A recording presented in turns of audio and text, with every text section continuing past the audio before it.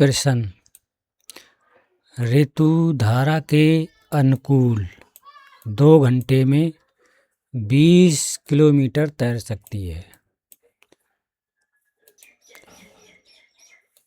और धारा के प्रतिकूल, ये प्रतिकूल होगा छात्रों, प्रतिकूल गलत लिखा है, यहाँ पे रहेगा प्रतिकूल और एक ला नहीं होगा यहाँ पे, प्रतिकूल 2 घंटे में 4 किलोमीटर तैर सकती है।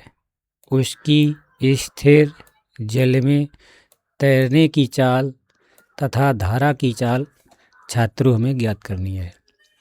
कौन कौन से निकालनी है कि जल में तैरने की चाल की जो ऋतु है वो जल में किस चाल से तैर रही है ये हमें निकालनी है, और जो धारा है मतलब जलधारा है, पानी है, वो किस तेज़ी से नदी में बह रहा है उसकी चाल हमें निकालनी है। तो इसके लिए छात्रों जो हमें निकालना होता है उसी को हम मान लेते हैं। तो हमने माना ऋतु की स्थिर जल में चाल है वो x किलोमीटर पर घंटा मान ली हमने, और जो जलधारा की चाल है वो 22 किलोमीटर पर घंटा मान ली हमने। तो धारा की दिशा में चाल हो जाएगी x प्लस 22। कहने का मतलब धारा अगर हमारी इधर बह रही है और ऋतु भी इधर ही तैर रही है तो इसमें दोनों की जो चाल होगी वो जुड़ जाएगी। मतलब जलधारा की चाल x प्लस, नहीं जलधारा की चाल नहीं, ऋतु की चाल x और जलधारा की चाल जो होगी 22, ये दोनों जुड़ जाएंगी तो हमें कुल चाल मिल जाएगी धारा की दिशा में। क्योंकि छात्रों जिधर जल बह रहा है और जल की ही दिशा में ही ऋतु जब तैरेगी तो जो कुल चाल हो जाएगी वो जलधारा की चाल प्लस ऋतु की चाल हो जाएगी और वो x प्लस 22 हो जाएगी। ठीक है छात्रों, वही हमने लिखा है धारा की दिशा में चाल, ये हो जाएगी x प्लस 22 किलोमीटर पर घंटा। इसी प्रकार हम समझ लो कि जलधारा इधर बह रही है और ऋतु इस धारा की उल्टी दिशा में तैरेगी, तब क्या होगा, तब ऋतु को इस जलधारा के प्रति भी कार्य करना पड़ेगा, है ना, जिससे क्या होगा उसकी चाल घट जाएगी। तो जो ऋतु की चाल होगी उससे जलधारा की चाल हम घटा देंगे। तो ऋतु की चाल है x किलोमीटर और इसमें से जलधारा की चाल घटा देंगे तो हमें प्राप्त हो जाएगी कुल चाल, क्योंकि अब जो ऋतु है वो धारा के विपरीत दिशा में तैर रही है।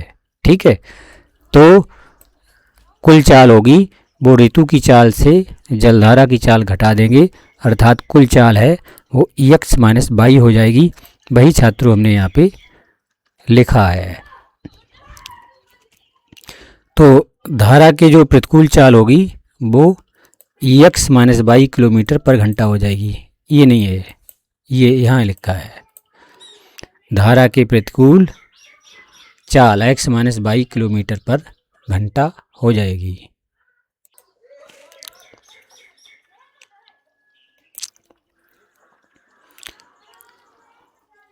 अब छात्रों एक सूत्र होता है चाल बराबर दूरी बटे समय, ये आप लोगों ने विज्ञान में पढ़ा होगा। ये होता है चाल बराबर का होता है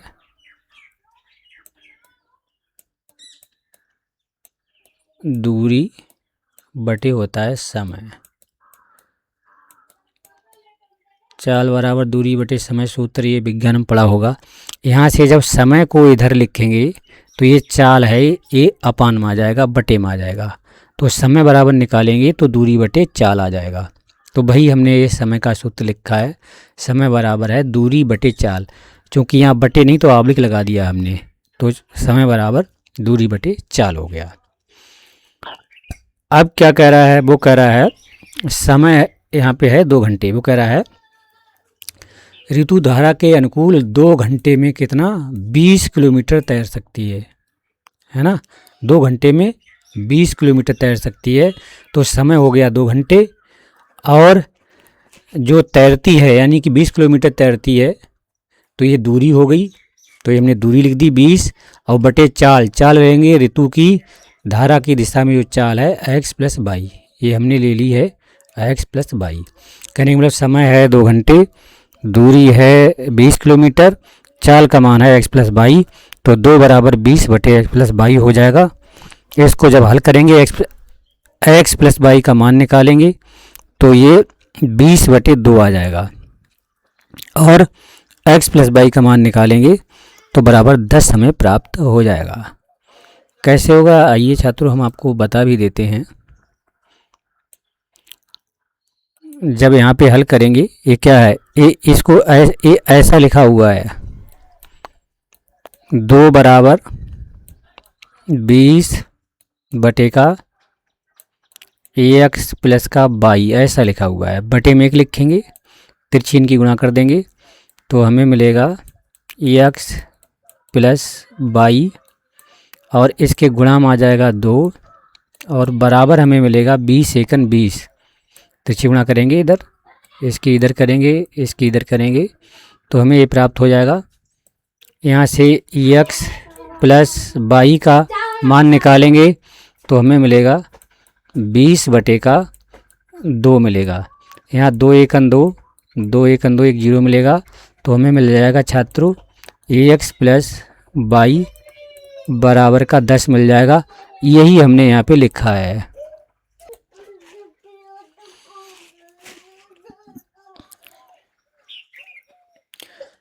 इसी प्रकार छात्रों आगे कह रहा है कि धारा के प्रतिकूल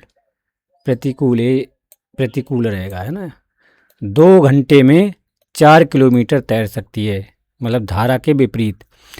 तो धारा के विपरीत कह रहा है 2 घंटे में, तो समय हो गया हमारा 2 घंटे, दूरी बराबर 4 किलोमीटर की तय हो रही है तो 4 लिख दिया, बटे धारा के विपरीत जो चाल है वो है x माइनस वाई किलोमीटर पर घंटा, तो बटे हमने लिख दिया है x माइनस वाई। जब इसको हल करेंगे, आइए छात्रों इसको भी ज़रा हम हल करके बता देते हैं। तो ज़रा इसको इरेज कर लेते हैं।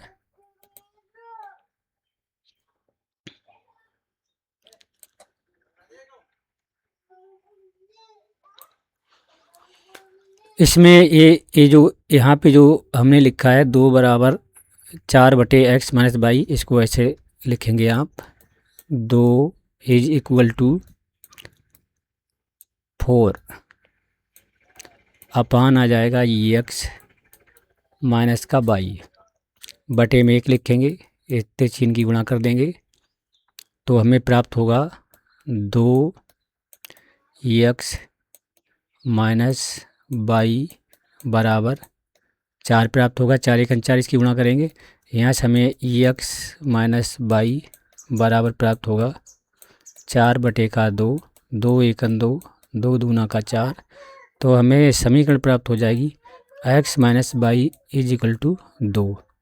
ये देखो प्राप्त हुई समीकरण, x plus y is equal to 10। जब हमने पहली वाली समीकरण को हल किया था तो ये प्राप्त हो गई थी।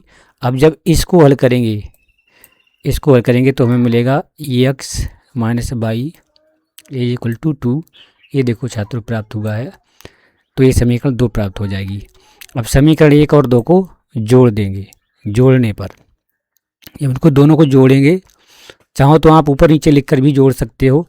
भाई ये x माइनस वाई बराबर 2 हो गया, ये है x प्लस वाई बराबर 10, तो यहाँ आप क्या कर लेंगे, x प्लस का वाई बराबर का 10 है।